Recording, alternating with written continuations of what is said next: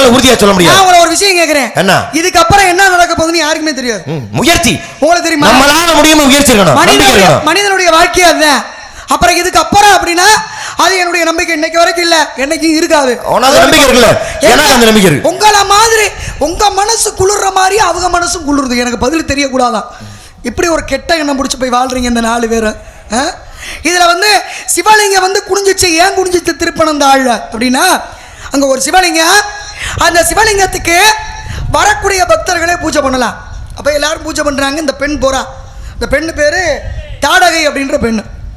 அப்ப இந்த தாடகைன்ற பெண் அங்க போகும்போது என்ன ஆகுது அப்படின்னா, சிவலிங்கத்துக்கு மாலை போடலாம் அப்படின்னு முற்படும் போது அவளுடைய ஆடை, அந்த ஆடை நழுவ ஆரம்பிச்சிருச்சு.